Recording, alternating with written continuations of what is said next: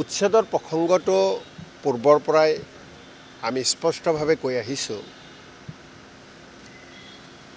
মানৱ ধৰ্মক আগত ৰাখি মানৱতাৰ জয়গান গাই আমি সকলো কাম কৰিব লাগে। উচ্ছেদৰ ক্ষেত্ৰত যিখিনি নীতি নিয়ম ৰাজ্য চৰকাৰে পালন কৰিব লাগে সেই নীতি নিয়মখিনি পালন কৰি থকা নাই।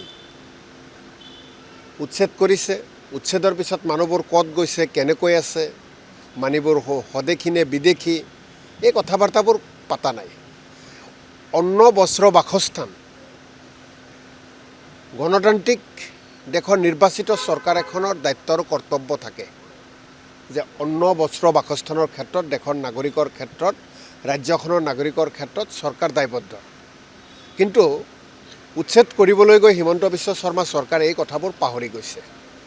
এই কথাটো লৈ বিভিন্ন ৰাজনৈতিক দল, অৰাজনৈতিক দল বিভিন্নজনে বিভিন্ন কথাবোৰ কৈ আছে। গতিকে আমি স্পষ্টভাৱে কওঁ যে অসমত যি উচ্ছেদ কাৰ্য চলাইছে, যিখিনি নীতি নিয়ম পালন কৰিব লাগে, সাংবিধানিক নীতি নিয়ম, চৰকাৰী বিভাগীয় যিখিনি নীতি নিয়ম, এই নীতি নিয়মখিনি হিমন্ত বিশ্ব শৰ্মা চৰকাৰে পালন কৰা নাই। আৰু এই কথাখিনি কোনোবাই কৈছে, যিসকলে নীতি নিয়মৰ মাজত কথাখিনি কৈছে, তাত আমাৰ ক'বলগীয়া একো নাই। নিশ্চিতভাৱে সেইখিনি সংবিধানৰ আওতাত থাকি নীতি নিয়মৰ ভিতৰত থাকি কোনোবাই এনেকুৱা কথা ক'ব পাৰে। মাৰাৰী বক্তব্যক লৈ কিবা অসন্তুষ্টি আছে নেকি বা বিজেপিয়ে লাভালাভ ল'ব পাৰিব নেকি? চাওক, আপোনালোকক এটা কথাই মই কেৱল কওঁ, হিমন্ত বিশ্ব শৰ্মা চৰকাৰখন বৰ্তমান বিপদত আছে। বিজেপি এজেপি মিত্ৰজোঁট চৰকাৰ বৰ্তমান বিপদত। তেওঁলোকৰ সন্মুখত বিপদ। কি বিপদ? 2026 তেওঁলোকে ৰাইজক কি কথা কৈ ভোট আদায় কৰিব, 2026 বিজেপিয়ে কেনেকৈ ৰাইজৰ পৰা ভোট আদায় কৰিব, তেওঁলোকৰ মাজত কোনো কথা নাই। কিমান আশা দিব আৰু কিমান সপোন দেখুৱাব? সকলো আশা দিলে, সপোন দেখুৱালে, কিন্তু একো এটাই কাৰ্যকৰী কৰিব নোৱাৰিলে। অসমৰ ৰাইজে হিমন্ত বিশ্ব শৰ্মা চৰকাৰখনক এতিয়া বেয়া পায়, সময় হাতত নাই। গতিকে এই মুহূৰ্তত আমি এনেকুৱা কাম কৰিব নালাগে যাৰ পৰা হিমন্ত বিশ্ব শৰ্মাই সুযোগ পায়।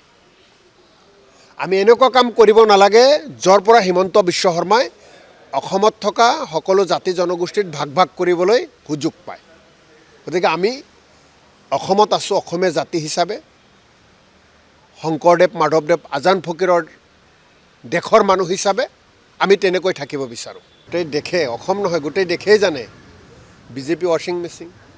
বেলেগত থাকিলে বেলেগক তেওঁলোকে বেয়া দেখি, বেলেগক তেওঁলোকে লেতেৰা বুলি ক'ব, বেলেগত থাকিলে দুৰ্নীতিগ্ৰস্ত বুলি ক'ব। যিদিনাই পদুম ফুলৰ মালা পিন্ধিব সেইদিনাৰ পৰা তেওঁ ভাল হৈ যায়। গতিকে এই কেৱল নিজৰটো ভাল আনৰটো বেয়া, এই স্বভাৱৰ বিজেপিৰ কথা হ'ল তেওঁলোকৰ লগত থাকিলে চোৰ, ডকাইত, বদমাছ, মাৰ্ডাৰাৰ, ব্লেকমেইলাৰ সকলো ভাল। আৰু বেলেগে যদি বেলেগৰ তাত থাকে তেওঁলোকে তেতিয়া বেয়া বুলি কয়। গতিকে এইটোত আগৰ পৰাই চলি আছে। বিজেপিৰ একেবাৰে স্পষ্ট কথা, তেওঁলোকে কেৱল অন্যৰ ভুল দেখে, নিজৰ ভুল নেদেখে। কিন্তু আহি থকা সময়ত দেশৰ ৰাইজে, ৰাজ্যখনৰ ৰাইজে বিজেপিক বুজাই দিব আৰু তেতিয়া তেওঁলোকে বুজি পাব যে তেওঁলোকৰ লগতো কিমান লেতেৰা মানুহ লৈ, কিমান দুৰ্নীতিৰ লগত হাঙুৰ খোৱা মানুহ লৈ তেওঁলোকে চলি আছে। দেশত যেতিয়াৰ পৰাই নৰেন্দ্ৰ মোদী ডাঙৰীয়াই প্ৰধানমন্ত্ৰী হৈছে, বিজেপিয়ে চৰকাৰ গঠন কৰিছে। ৰাজ্যত 2016 চনৰ পৰা বিজেপিয়ে চৰকাৰ গঠন কৰিছে। তেতিয়াৰ পৰাই দেশ আৰু ৰাজ্যৰ ক্ষমতাত বিজেপি অহাৰ পিছৰ পৰাই তেওঁলোকৰ মূল লক্ষ্য থাকে বনিয়াক কেনেকৈ সন্তুষ্ট কৰিব পাৰি। বনিয়া কোন? গুজৰাটৰ যিসকল আশীৰ্বাদত চলে, গুজৰাটী, বিজেপিৰ গুজৰাটী গেঙৰ আশীৰ্বাদত থকা বনিয়াসকলক সন্তুষ্ট কৰাৰ কাৰণেই কেন্দ্ৰীয় আৰু ৰাজ্য চৰকাৰে দিনে ৰাতিয়ে কাম কৰে। আৰু আমি আগৰ পৰাই কৈ আছোঁ, পূৰ্বৰ পৰাই কৈ আছোঁ যে বিজেপিয়ে আদানী, আম্বানী, নৰেন্দ্ৰ মোদী, অমিত শ্বাহৰ মিত্ৰসকলক, আদানী, আম্বানী, নৰেন্দ্ৰ মোদী ডাঙৰীয়া, অমিত শ্বাহ ডাঙৰীয়াৰ মিত্ৰ ব্যৱসায়ীসকলক পাৰিলেতো অসমখনেই দি দিব বিচাৰে। কেতিয়াবা আপোনাৰ আমাৰ ঘৰ সম্পত্তি মাটিও তেওঁলোকক দিব পাৰে চৰকাৰখনে, যদি তেওঁলোকৰ বৰমৰীয়াসকলে কয় হিমন্ত বিশ্ব শৰ্মা চৰকাৰক। গতিকে ৩,০০০ বিঘা নহয়, ৩ লাখ বিঘা মাটি দিয়াৰ কাৰণেও তেওঁলোকে প্ৰস্তুত হৈ আছে। কাৰণ এই গুজৰাটী গেঙৰ আশীৰ্বাদত থকা সেই বনিয়াসকলৰ আশীৰ্বাদ নোহোৱাকৈ এই ৰাজ্য চৰকাৰ চলিব নোৱাৰে, বিজেপি চলিব নোৱাৰে।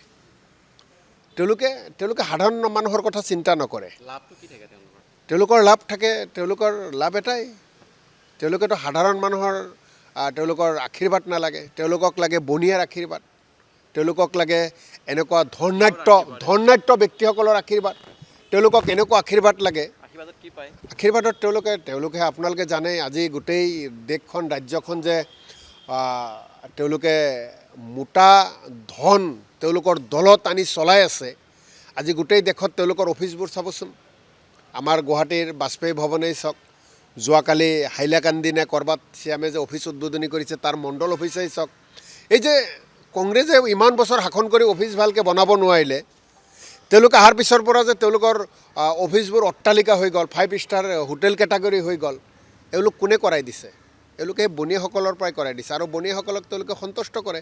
৩,০০০ বিঘা দিছে, আমি তাৰ তীব্ৰ বিৰোধ কৰোঁ, কিন্তু ৩ লাখ বিঘা দিয়াৰ কাৰণেও তেওঁলোকে কিন্তু সাজু হৈ আছে। যদি দিল্লীৰ শাসকসকলে, দিল্লীত শাসনত বহি থকাসকলে এই আমাৰ ৰাজ্য চৰকাৰখনক কয়। মই এই বিষয়ে তথ্য নাই। যিকোনো খবৰৰ বাবে যোগাযোগ কৰক 7099017330 লগতে 7099017110 নম্বৰত।